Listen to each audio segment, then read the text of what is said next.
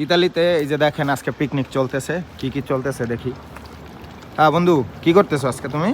এই যে আজকে ছোট করে একটা পার্টি আছে আমাদের, ঠিক আছে। আমরা আজকে সৌজন্য পারলাম ইটালি, হ্যাঁ ঠিক আছে, হলুদ সৌজন্য।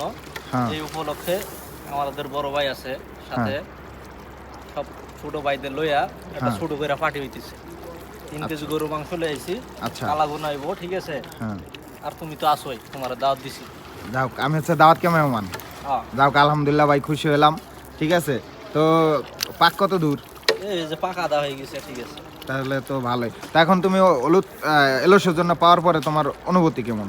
ইনশাল্লাহ আলহামদুলিল্লাহ। এই মানুষ ইউরোপে আইলে তো মনে করো যে এইটাই ভাবে, ঠিক আছে, যে দেশে কাগজপাতি কবে পাচ্ছে। মানে কাগজপাতি পাইলে মনের ভিতরে অন্যরকম একটা শান্তি লাগে না বন্ধু? বুকের ভিতরে বল থাকে, যেখানে ইচ্ছা সেখানে যেতে পারবা, ঠিক আছে, কাজ করতে পারবা।